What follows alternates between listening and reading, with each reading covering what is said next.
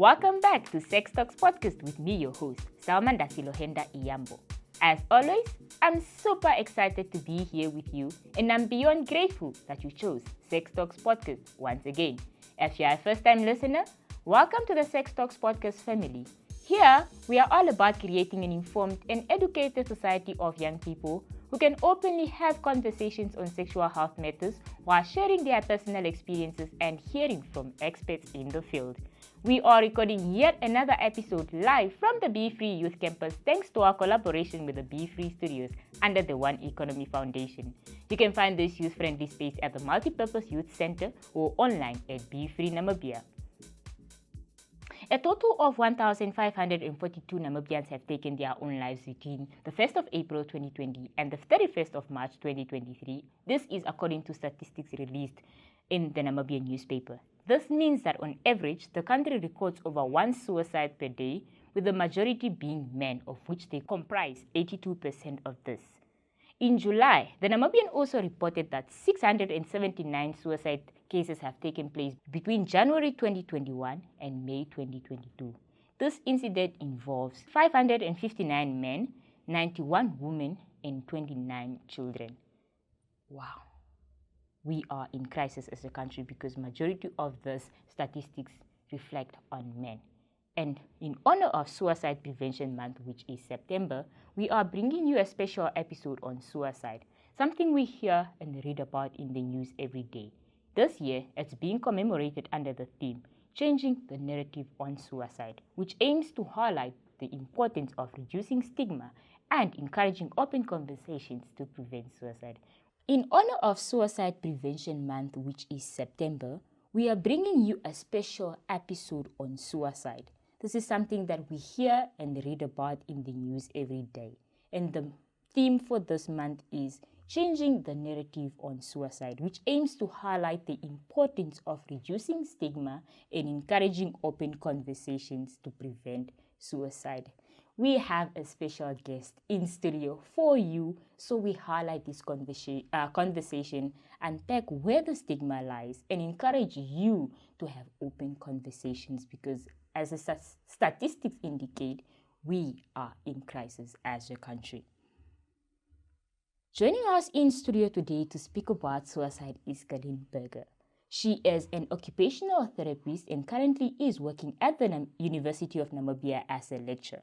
Her main areas of interest are mental health, and she has extensive experience with working as a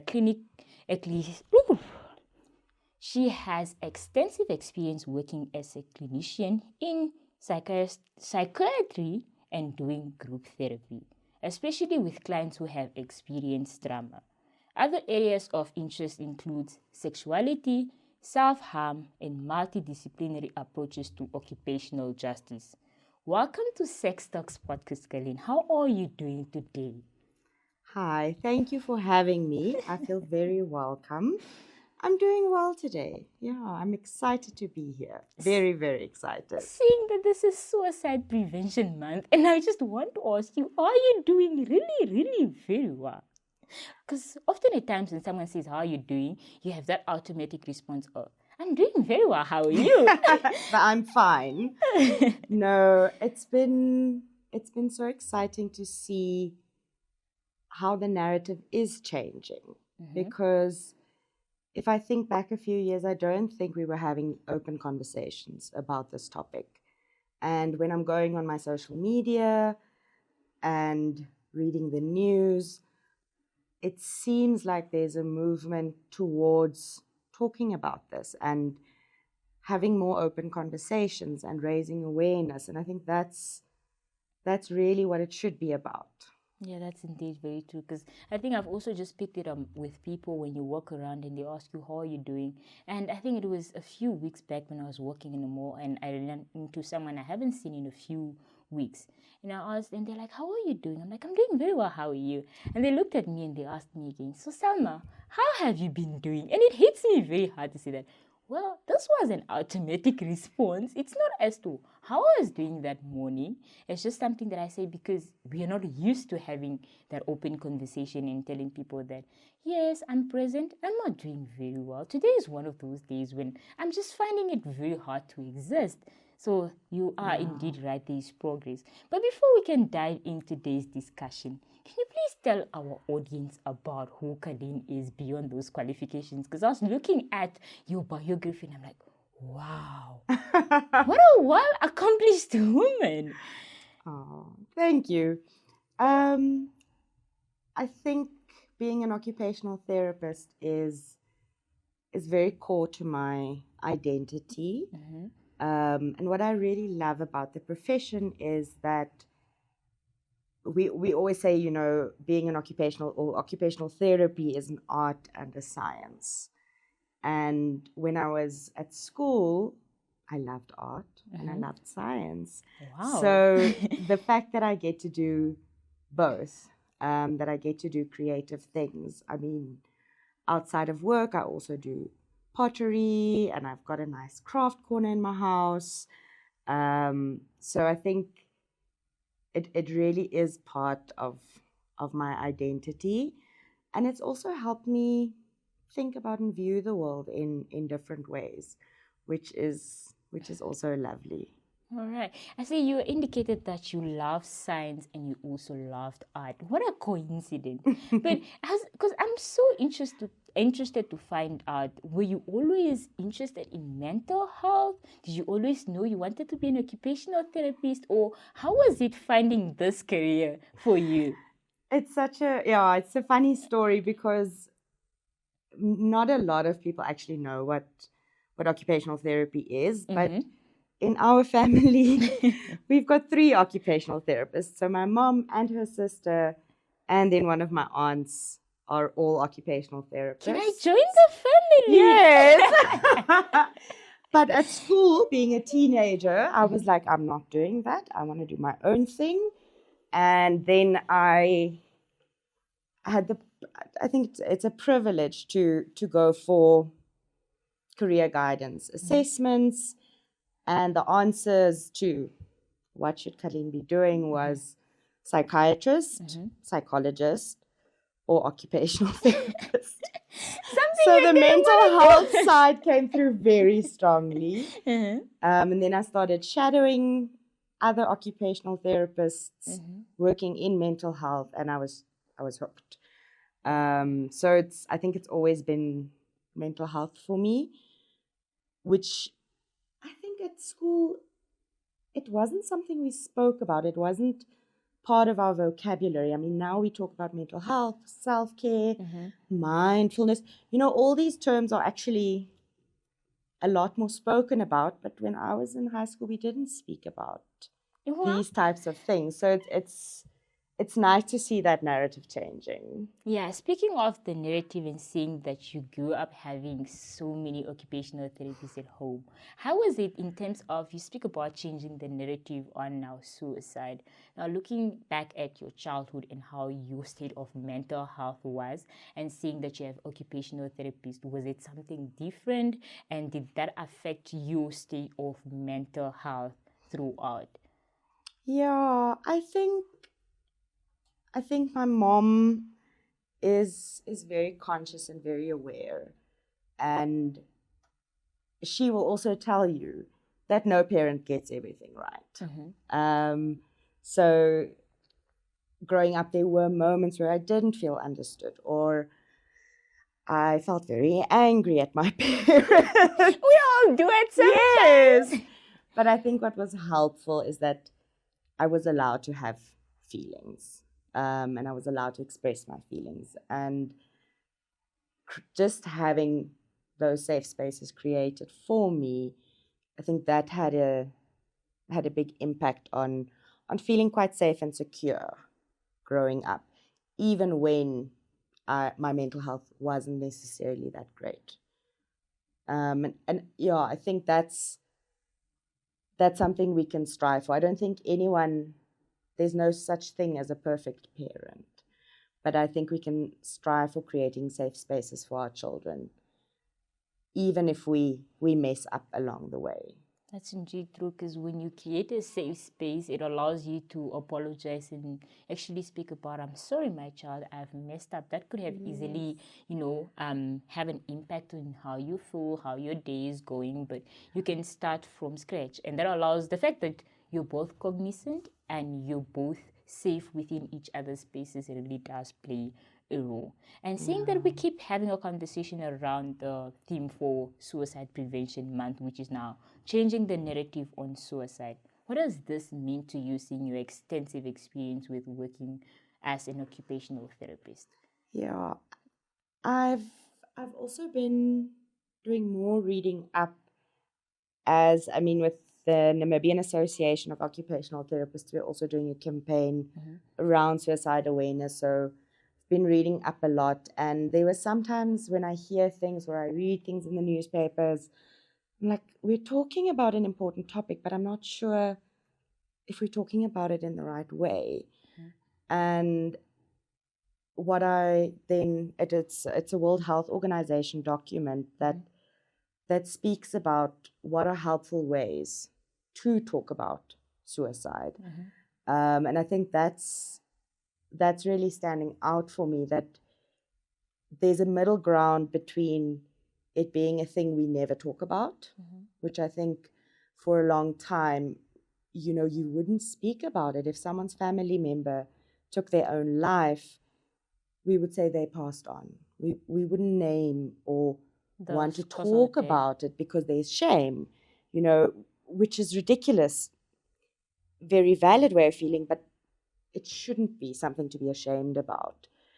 And on the other end, there's a way of talking about it that it becomes very explicit or almost matter of fact. And suicide is not a matter of fact thing. It's considered a medical emergency if someone is expressing suicidal thoughts or suicidal behaviors. So the seriousness of the topic should not be lost. But the narrative needs to continue. It shouldn't be a topic we avoid, a topic that we don't talk about, because the more we hide away, the more we push it down, it's not going to stop happening. That's true. So having these conversations can create hope. They can create skills development. They can create safe spaces to reach out. And I think that it sounds dramatic, but I think that can save a life if we feel that we can reach out if we are struggling. If it's not a topic that's not discussed or we feel ashamed to speak about. That's quite true, because if you have a conversation with someone in terms of how they're doing their state of mind, you actually get to hear and realize who needs help, what type of help it is, how urgent it is, and you're also able to kind of give referrals as to where do you need to be able to seek this assistance. So you're indeed right. We can save lives, and we can also bring back hope into people's lives, because if we speak about the fact that, yes, I haven't been well, I've been suicidal, the person actually gets to hear that they're not the only one, and there are ways how to deal with it. Because if somebody has made it this far, then maybe I too can be able to hold on to that extent.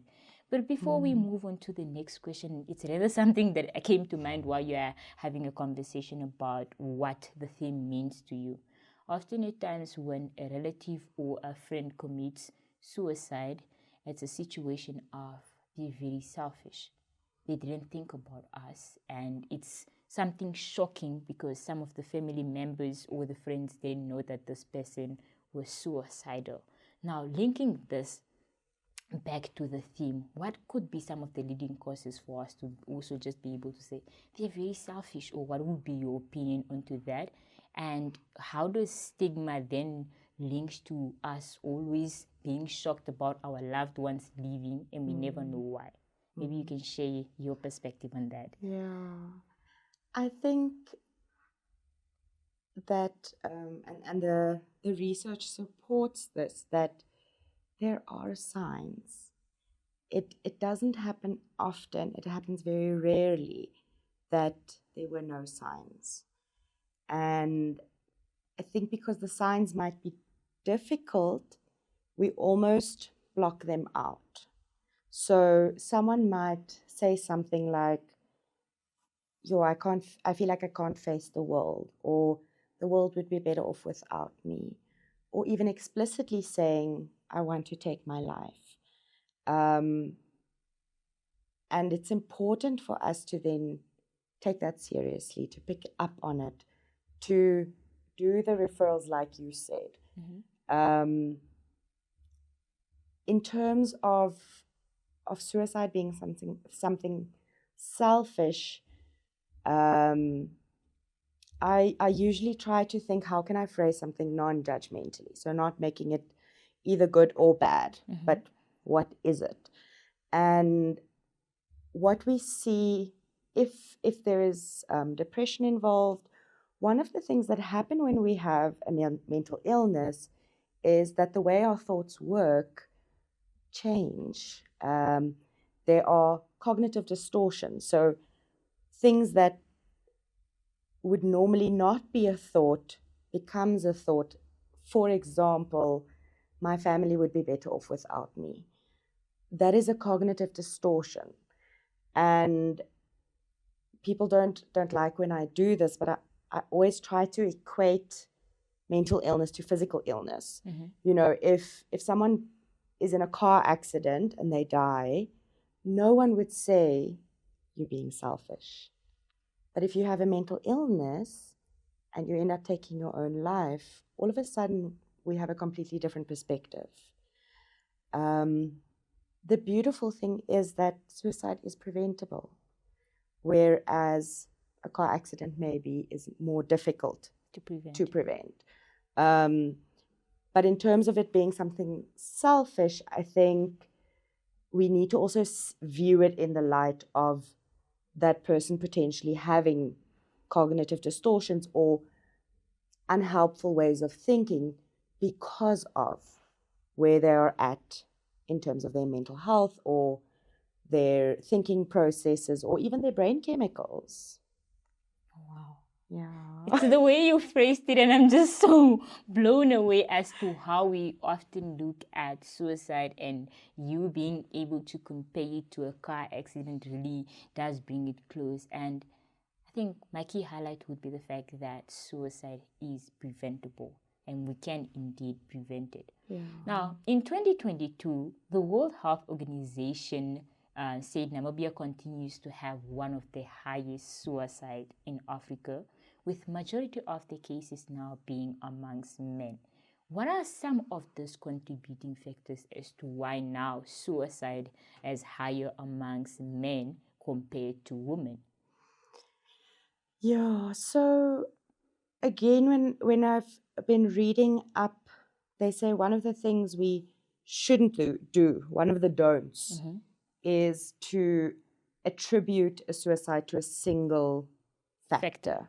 Oh. It's usually a complex storm of things that contribute to it. It usually isn't just the one thing. In terms of the potential causes or circumstances that can contribute, are usually stressors such as financial. And now if I link that to men, in Namibia we have quite a patriarchal way of thinking. And what I mean by that is there are certain attributes that are put onto men. You should be a provider. You should provide for your family. So if there's financial stress, the man in the family, the head of the household of the family, might feel increased pressure because of this way of thinking about men in our country. And obviously it's not everyone, but there is a pattern of that.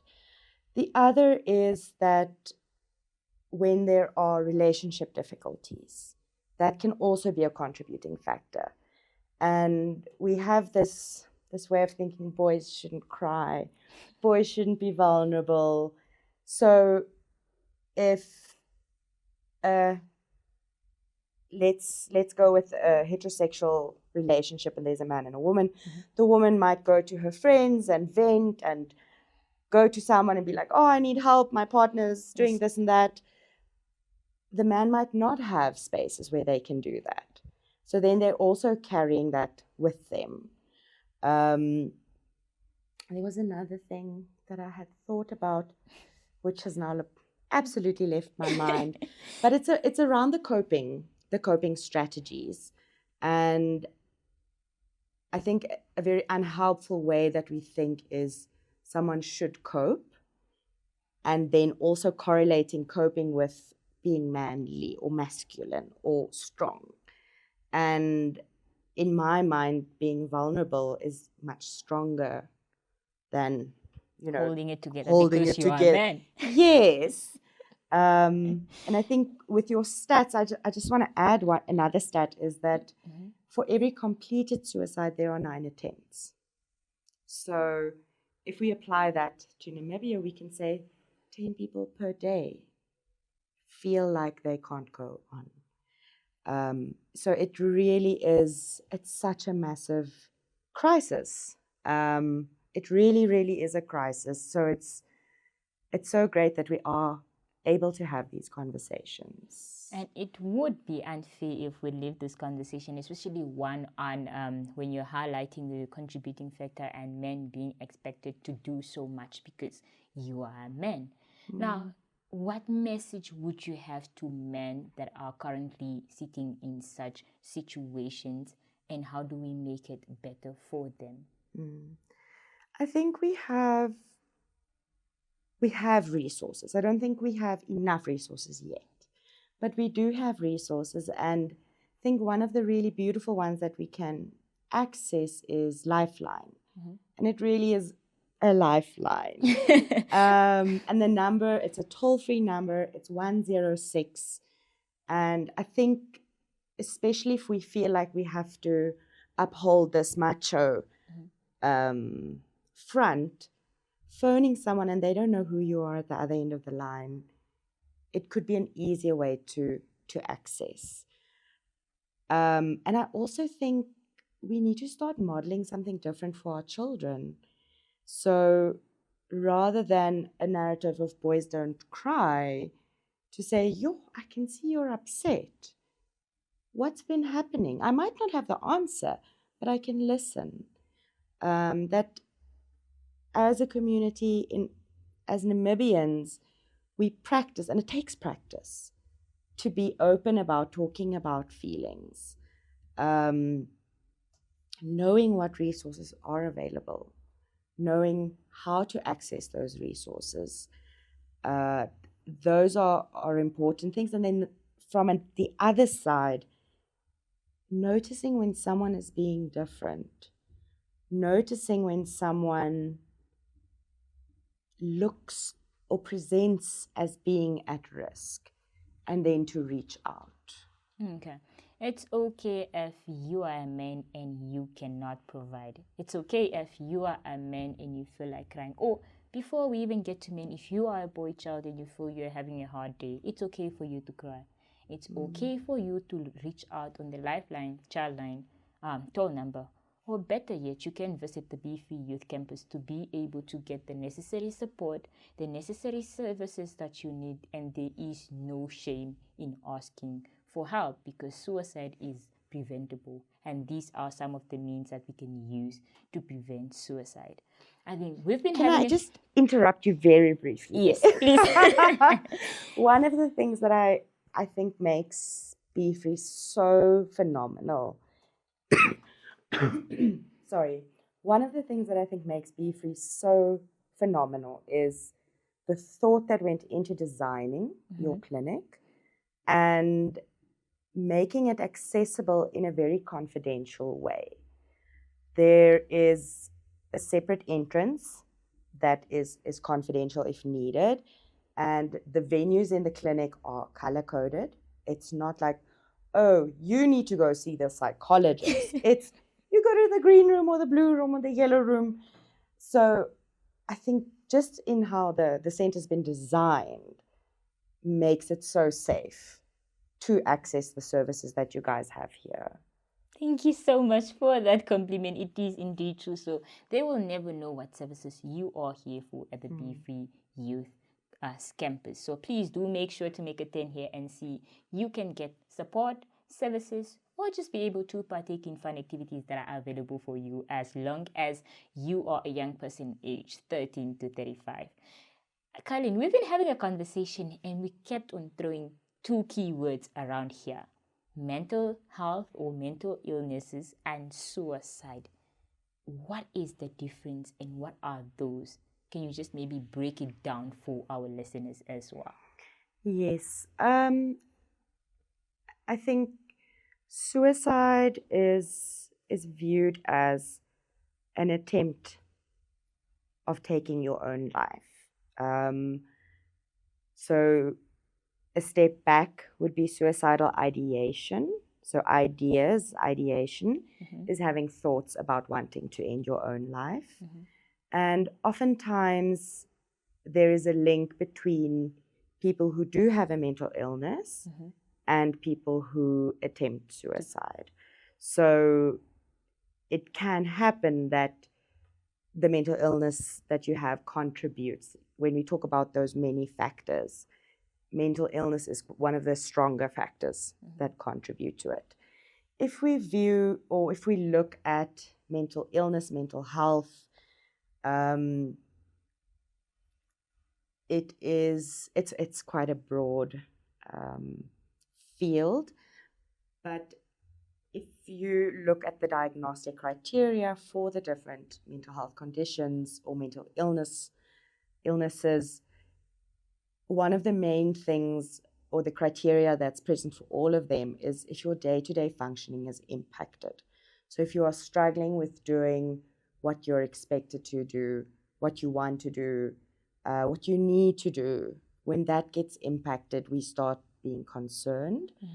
There are different types of mental illnesses and different causes for mental illnesses. One of the most common ones is if there's an imbalance in the chemistry in your brain. So it's not because you are weak or you've done something bad or you are being punished for anything.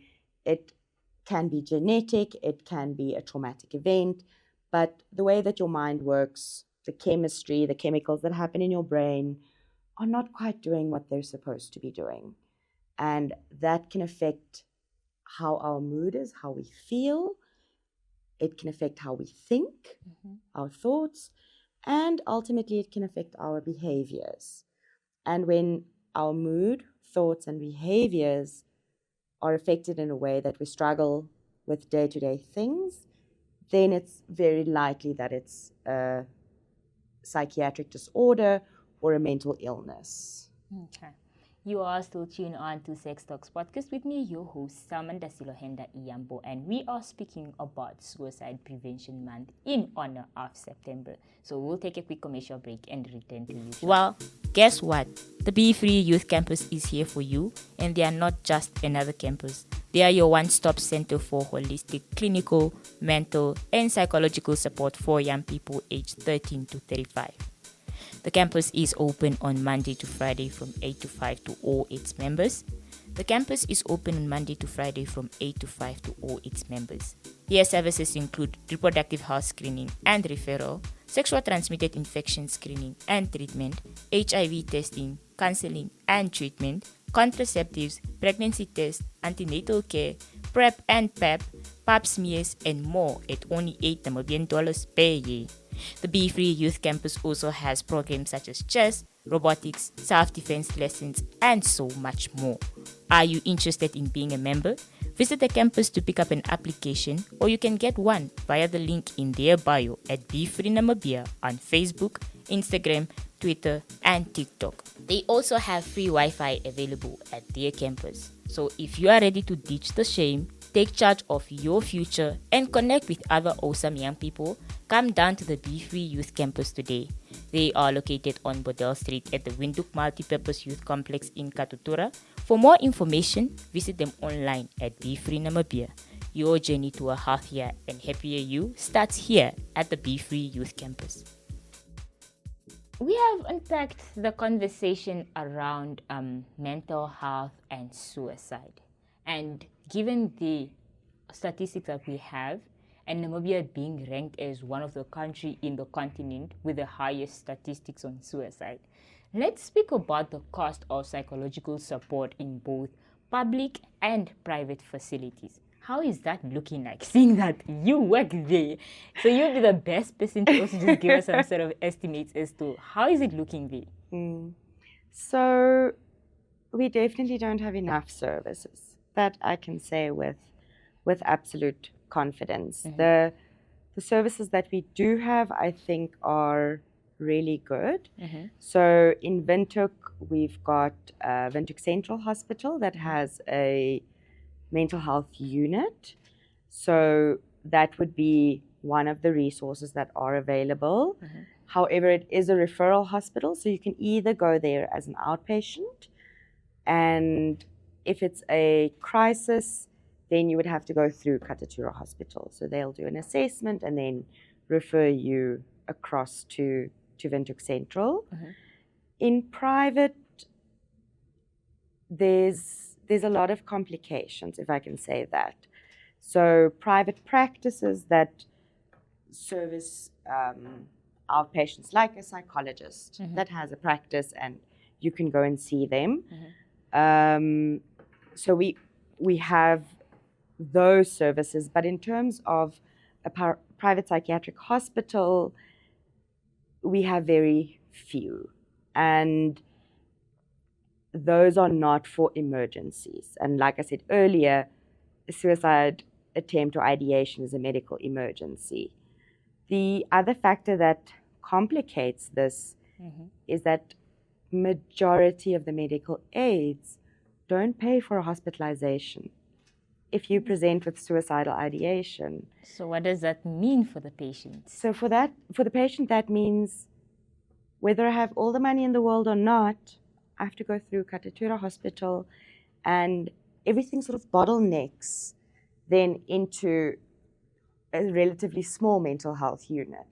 So that's something I think really does need to change, that we're not sending someone away who is in the midst of a medical crisis because of, this is maybe an assumption, a fear of being sued. You know, I don't want my patient to die in the hospital, so we're not admitting them. Like I said, this is my interpretation of it, and I'm sure someone from a medical aid might give a different perspective. I don't want to say that that's the only truth, but it really is, it is a challenge. And my last comment on this is that usually it takes a team to support someone. So you would want a social worker, psychologist, occupational therapist, and how our medical aids work, all of the funding comes from one pocket. So if I want to pay for pharmacy, pharmacy has a budget. If I want to go see a general practitioner, a GP, there's that pocket. But for these services that I've listed, medical aids, I've put them all into one pocket. So now I must choose, how am I using my medical aid money?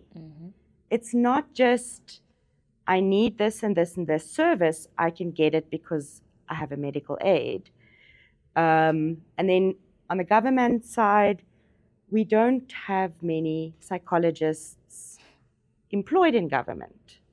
So I think one of the things I'm most excited about with Be Free campus is that you not only have a counseling psychologist and a social worker, you also have a clinical psychologist. But I've been talking to the staff here that you guys also need an occupational therapist. Then you'll have the complete package. Because I was about to come back and ask, the fact that you're speaking with now, if you have medical aid, then it doesn't allow you to be hospitalized. Now let's speak about public facilities. Now when you go to now either Katatura or Central Hospital, as now somebody with no medical aid, is there room for hospitalization, and when do they realize that one needs hospitalization? And seeing, when you're referring to now the Be Free Youth Campus having now a social worker and a clinical psychologist, can now our state facilities, or do they have such stuff in place for them to be able to support people that need the support? Yes, the psychiatric hospital or the mental health unit at Windhoek Central, I think, considering the resources, is an exceptional facility. You don't have to pay for the services if you don't have a medical aid, so it is free access to that care. Like I said, they do outpatient treatment and inpatient treatment. So, and there you would have access to a social worker, a psychologist, occupational therapist, nursing, doctor.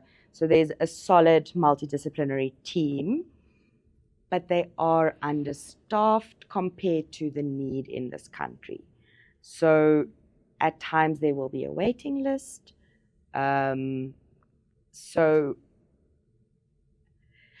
I don't know what the answer is, but I feel like we need more staffing to handle the difficulties in this country.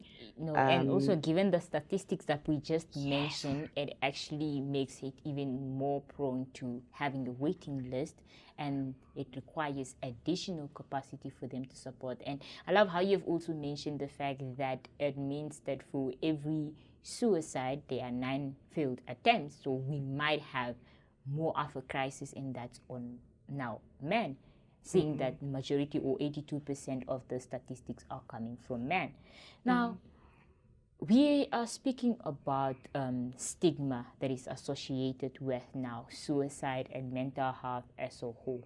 What are some of the misconceptions about suicide and mental health that you have encountered over the years? I'm a lecturer at UNAM, and what I teach is mental health. That's my business with the occupational therapy students. And my first lecture with them is always, okay, what are your thoughts about mental health or mental illness? And there are a few myths that come up every year, which means they are prevalent in this country. Things like mental illness is infectious. So if I'm going too close to you, I might catch your illness, which then isolates the person because people are avoiding that person because they don't want to be infected. And if that person's support system is having the same mentality, yes, then we know there's more contributing factors. So that's the one. There's a myth that mental illness doesn't affect everyone, that it can discriminate. It can say, oh no, you are smart, we won't give you this mental illness, or you have a good bank balance, we won't. Mental illness doesn't discriminate. They don't care if you have $1 million in your account. Yes. It's like, oh, you have $1 million. You too, come here. Yes. So there's, I think, also this idea that is brought, or that people have. And one of the very unfortunate ones is that you've done something wrong to deserve it, or you haven't been well behaved enough, or you are weak. It doesn't work like that. You can be the strongest person and still have suicidal thoughts, get a mental illness. And if we realize it's not someone else's problem, it's our problem as a society, then if that narrative can change, I think we would be in a different space. You know, if someone falls off a truck and they break their leg, no one's going to be like, you're so weak that you want pain medication. You must man up. Don't take the painkillers. Of course we give them. They're in pain. But if someone's having difficulties with their mental health, we judge them just be strong. Just fight it. Just think positive thoughts. Imagine you're lying there with your leg bleeding and I tell you, just think some positive thoughts. Just imagine you're not bleeding. Yes. That I was like, what do you mean? I am bleeding. And I think that relates more because I know how I feel. I see what I see in my head. So Yeah. even if you tell me to have positive thoughts, it's not going to make it any better because, you know, that's gaslighting on another level. Maybe that's what we should be phrasing it as, because then that speaks about the challenge. And hearing those misconceptions and myths that you get to hear from the new students and people that you interact with, it actually hits hard to realize that this is why some of the strongest people that we know commit suicide. And at the end of the day, we go there and they're like, but how can Selma commit suicide if she's always up at her podcast and about to do her business? She's always smiling. But maybe we never actually just got close enough, because even if people are always smiling, that doesn't mean they're okay. Absolutely. And maybe this is why we also just need to be very observant to pick up and also just check in with people and ask them how they're really doing and how they're holding up, so that we can be able to prevent suicide and not have this alarming statistics. And maybe we can be able to move away from being ranked as the country with the highest statistics of suicide in the continent. Now, you've mentioned about some of the support systems available to individuals that are seeking help for suicidal thoughts. Do you have maybe more that you want to add to the list, or you can just maybe put emphasis onto them, saying that we are in Suicide Prevention Month and this is something that we need to keep the conversation going even beyond September? Absolutely beyond September. Like I said earlier, I think Namibia still has some work to do in terms of our resources. And I think what's really important, if there is a resource, that resource needs to be reliable. So the lifeline number, the 106, I phoned them because I needed to check, is it working? First ring, they answered, they were professional, they were really helpful. So I was really impressed with Lifeline. One of the unfortunate things, because of staffing and funding, they're only open from 8 in the morning until 8 in the evening. And we know nighttime can sometimes be very lonely and scary and the riskiest time to be somebody suffering from suicide. So if someone is struggling and they are, let's say, they're refusing to go to Katatura, then I would advise being with the person, engaging with them, making sure they are safe until the time that you can then contact, for example, Lifeline. The other thing is the amount of phone calls they get and the amount of operators they have. I think they have 5 lines, if I'm not mistaken. So 5 people are phoning, and you phone, you might not immediately get an answer. Just try again. Just phone them again in 5 minutes or 10 minutes. The number works. It is toll-free, but they have limited capacity. A strategy that I've developed with my students, which has been really amazing, is if they send me a WhatsApp or an SMS with a full stop, it's one button and send, then I know they need support. Because sometimes when we're in crisis, we can't put words together to say what's going on, but you know, I'm not okay, I need help. And then just sending that full stop, then I can phone or I can WhatsApp and I can say, hey, let's chat, what's going on?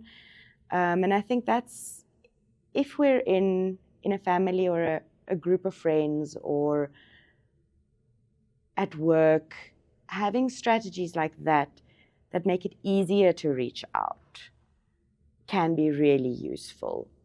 Because out of the blue, I might not want to say, hey, Selma, I'm having a really bad day. I don't know what I need or want, but I'm not okay. Putting that in a text can be really hard. Sending you a full stop, 2 buttons. And then you know, and I know you know, and I already feel a bit better. So there are also strategies around how we can support each other.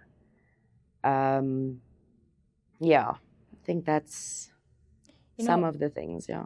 Out of the conversation we've had today, stealing the coping mechanism or a pattern that we have with our loved ones as to when we know they're struggling or when they can inform us if they're struggling will be my key takeaways, because I'm thinking about it and looking at my life while you tell us about this, and I'm like, do I really know when someone is not okay?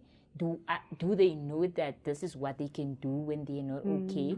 And I think this is going to be my biggest takeaway from this conversation, and also just incorporating it in my life and that of other people. And while you're still here, do you have the coping mechanisms and strategies in place for you, your friends, and everybody around you? Do you have one? Maybe this episode is what you needed to actually develop this and have a conversation about mental health, suicide with your loved one, with your friends, or your colleagues, even better, because it takes a community for us to get to where we are. So I'm definitely stealing that, and this is why I love this podcast, because your health and well-being are our main your health and well-being are our main priority, and just not yours, but mine too, because I definitely picked up a coping mechanism right there.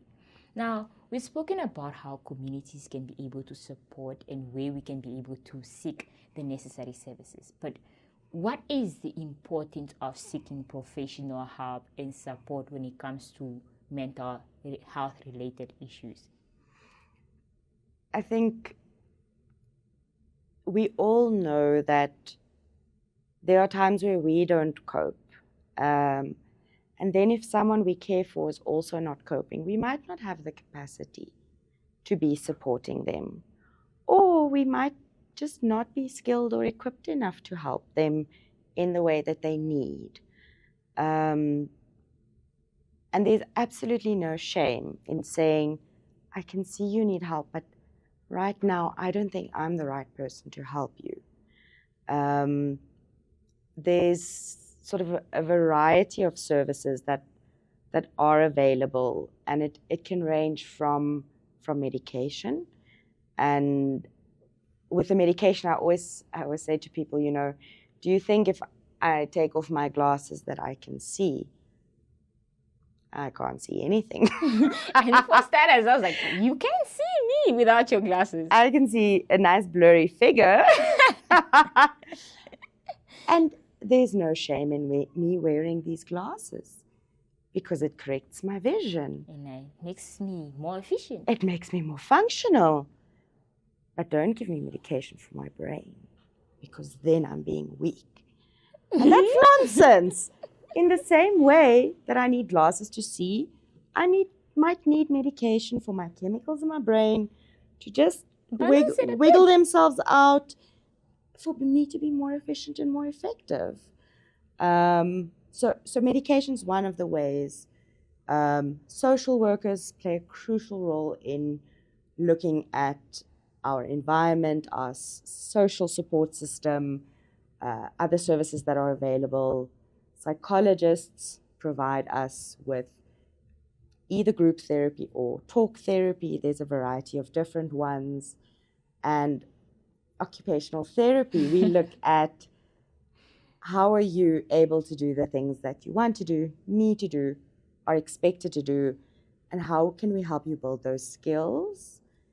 And our main outcome is for people to have a meaningful life, feel that they have quality of life, and have purposeful things that they can do every day.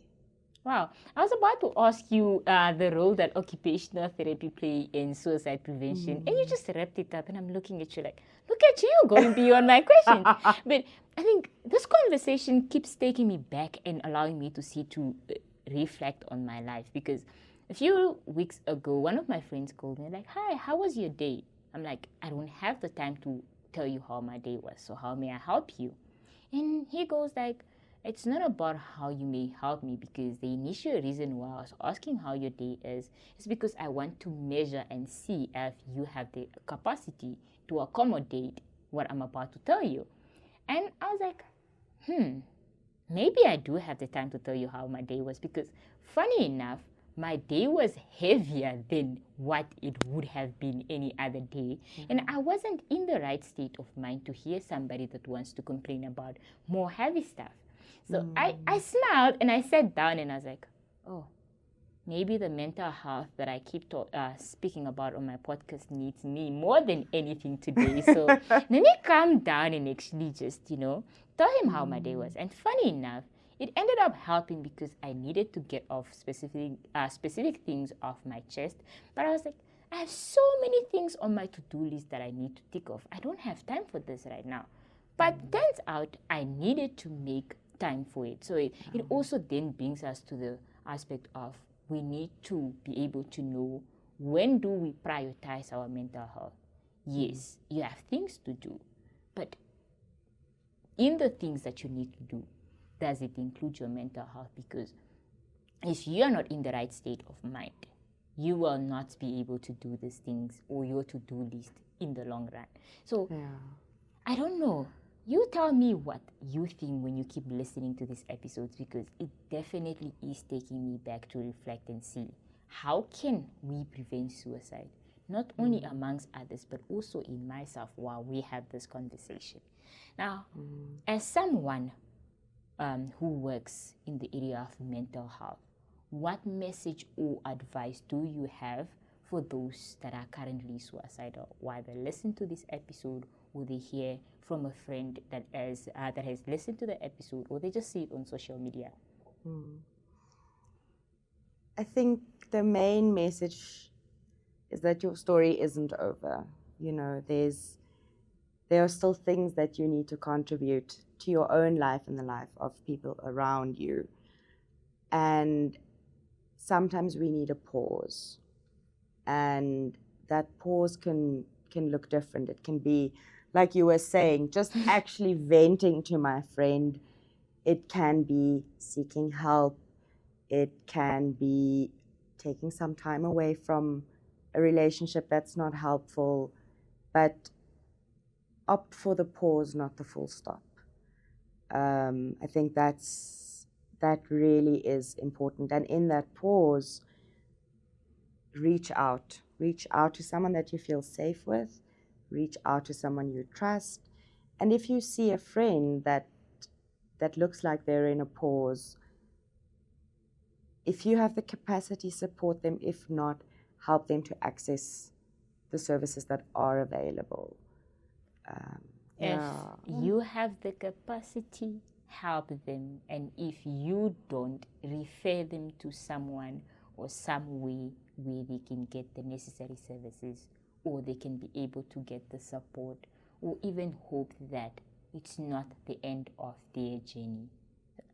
And wow, Karlien, maybe this is the conversation we needed to actually just see how much we are going through as a nation and how much support we require. Now, I think my last question, because this has been such an insightful conversation, would be in terms of how do you work in terms of now challenging the stigma and promoting open conversation amongst now suicide and mental health? How can we go about that for our loved ones, for our colleagues, and just random people that we run to, because it takes an act of kindness to help someone? Yeah. I suppose one of the things that we are doing is exactly something like this podcast. With the inner OT, we're doing quite a bit of radio interviews, TV interviews. There are other associations or organizations that are doing awareness campaigns. I think those are opportunities to create platforms to talk about it. The fact that we've got something like World Suicide Prevention Day, the fact that we have Suicide Awareness Month, it means that we're able to name these things. And maybe if I go back to the myths question, there's this myth that if you talk to someone about suicide, you're going to make it worse. And that's absolute nonsense. If we can talk about it, then we can get help. Then we don't have to say, I didn't know they were struggling. I wish I knew. And creating spaces with your family, creating spaces with your friends, that there are spaces to check in. like you said, life can get so busy. We can get so focused on our to-do lists. And sometimes we need to pause, check in with ourselves, check in with others. I mean, I sometimes have reminders on my phone. Check in with this friend, because when I get so busy, sometimes I forget to check in. So in terms of suicide prevention, people need to know what resources are available. We need to check in with ourselves. We need to check in with our loved ones. And we need to know where to direct them to get the help. Wow, Karlien. It's been an amazing conversation sitting here, being able to reflect, being able to relate, and being able to hear more insight from someone that has been working in this field. Thank you so much for taking time from your very busy schedule of saving lives and also just being able to work with students to be here and share knowledge in honor of Suicide Prevention Month. Now, with that being said, you have come to the end of yet another episode of Sex Talks Podcast with me, your host, Selma Ndasilohenda Iyambo. We also love to hear from you, so please do make sure to connect with us, that is on Facebook, Twitter, Instagram, LinkedIn, or better yet, visit our website at www.sextalkspodcast.online to hear more and get updates on our live episodes. Or you can find us on Spotify, Apple Podcast, or wherever you get your podcast from. We are available for you. With that being said, amigos, adios. I'm out.